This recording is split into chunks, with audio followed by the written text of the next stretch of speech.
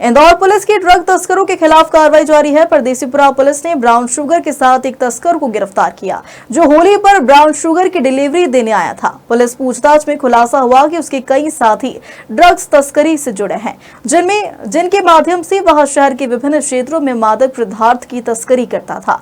DCP अभिनव विश्वकर्मा ने बताया कि परदेसीपुरा पुलिस ने मुखबिर की सूचना पर गुलशन नामक युवक को गिरफ्तार किया है, जिसके पास से 255 ग्राम मादक पदार्थ बरामद किया।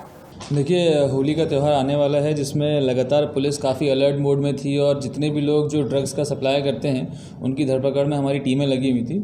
इसी क्रम में हम लोगों को कुछ पेडलर्स की और कुछ सरगनाओं की सूचना मिल रही थी, जो कि इंदौर में काफ़ी एक्टिव होकर के ज़्यादातर जो कंज्यूमर्स हैं उनको सप्लाई करा रहे थे। इस क्रम में हमने एक गुलशन नरगावे, जो कि देवगराड़िया का रहने वाला है, उसको गिरफ्त में लिया है, जिसके पास से लगभग 255 ग्राम ब्राउन शुगर हमको बरामद हुई है, जिसकी इंदौर में मार्केट वैल्यू लगभग 64 लाख के आसपास में है। इससे पूछताछ की गई है। ये इसके साथ में एक गाड़ी भी, लग्जरी गाड़ी भी बरामद की गई है, जिसके माध्यम से ये ब्राउन शुगर सभी जगह जाके सप्लाई किया करता था। इनिशियल पूछताछ में ये बात सामने आई है कि लगभग 3 साल से ये काम कर रहा है। पूर्व में भी इसके कई आपराधिक रिकॉर्ड हैं, जिसमें ये एनडीपीएस के मामले में बंद हुआ है और एक आज़ादनगर के मामले में फ़रार भी चल रहा है। इसके साथ साथ में इससे पूछताछ में ये बात सामने आई है कि इंदौर में इसका 60 से 70 ड्रग पेडलर्स का नेटवर्क है, जिनके माध्यम से ये जगह जगह लोगों को जाकर के ड्रग सप्लाई करता है। और कई अन्य बहुत सारे ग्राहक हैं जो कि लगातार इसको संपर्क करते हैं ड्रग्स के कंजम्पशन के लिए। इस प्रकार से इससे पूछताछ में भी बाकी सारी चीज़ों का खुलासा होना शेष है।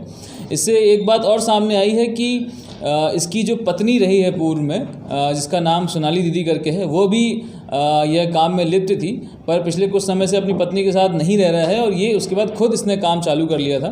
और इसका जो ड्रग्स है वो जीजा के नाम से जाना जाता है, जिसके माध्यम से लोग उसको ढूंढ करके इसका जो ड्रग्स है वो खरीदने का प्रयास करते हैं।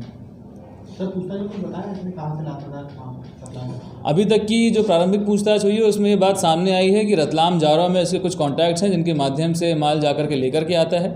यहाँ पर इंदौर में उसके फ्लैट हैं, जहाँ पर रह करके उनको छोटे छोटे भागों में डिस्ट्रीब्यूट करने के बाद में अपने पेडलर्स के नेटवर्क के माध्यम से कंज्यूमर्स तक पहुँचाता है। सर, ये पेडलरों को क्या कैसे रखा था, मतलब क्या कमीशन? ये जितने भी पेडलर्स की जानकारी अभी सामने में आई है उन सभी पे अभी कार्रवाई होना शेष है। उन सभी की जानकारियाँ निकाली जा रही हैं। मुख्यतः जो बात सामने आई है वो ये है कि जो पेडलर्स इनके हैं वो खुद भी कंज्यूम करते हैं एंड साथ में आगे और कस्टमर्स को बेचते हैं। चूँकि ये कभी भी डायरेक्टली कंज्यूमर्स के संपर्क में नहीं आता है, इसलिए इसका नाम उजागर नहीं हो पाया था, परंतु ये इंदौर में काफ़ी बड़ा प्लेयर समझ में आ रहा है। इसके पूर्व में एक निक्की भाऊ करके आरोपी था, जिसको गिरफ्तार किया गया था। उसके जेल जाने के बाद में जो पूरा मार्केट खाली हुआ था, तो ये इस समय ब्राउन शुगर के मार्केट का मुख्य सरगना पाया गया है और इसने पूरे मार्केट को कैप्चर करके रखा था। इसकी गिरफ्तारी आज ली गई है। इसके पूछताछ के माध्यम से जो और लोगों के नाम सामने आ रहे हैं उसमें भी गिरफ्तारियाँ की जाएंगी। जी क्या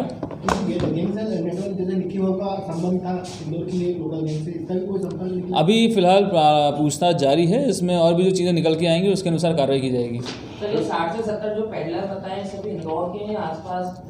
ये ज़्यादातर जो पेडलर्स जो हैं वो इंदौर के ही पाए गए हैं, जो कि अन्य लोगों को अपना ड्रग सप्लाई कर रहे थे। जो भी सर सीपी साहब ये कहते हैं कि लास्ट डेट पे जाना है, तो 60-70 लोग आरोपी बनाएंगे। इसमें जितने भी लोगों के नाम सामने आए हैं डेफिनेटली उनको उनके पीछे पुलिस लगेगी, उनके ऊपर कार्रवाई की जाएगी। जैसे जैसे उनके पास में जो भी रिकवरी होगी उसके अनुसार वैधानिक कार्रवाई की जाएगी।